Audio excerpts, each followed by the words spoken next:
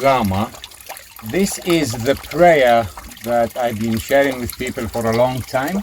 It's an ancient Assyrian prayer that connects us with water and ask the Creator, the mighty, the highest, the most high, the divine justice of the universe, to open for us a door of blessing. Normally this prayer is practiced first thing in the morning once we wake up from a sleep, but you can also practice it throughout the day, especially when coming across water in nature. Before crossing any water, you stop, you do the prayer, you bless the water and be blessed by the water to continue on your journey.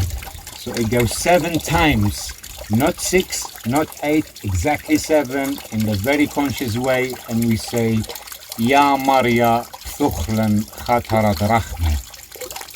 يا مريم تخلن خاطر رحمة يا مريم تخلن خاطر رحمة يا مريم تخلن خاطر رحمة يا مريم تخلن خاطر رحمة يا مريم تخلن خاطر رحمة يا مريم تخلن خاطر رحمة يا مريم تخلن خاطر رحمة Barchach al-Ar'a, from Borcha B'Shmeya. May we bless the land and be blessed by the skies. We bless in this beautiful land in Colombia. Bienvenido. Hola, amor.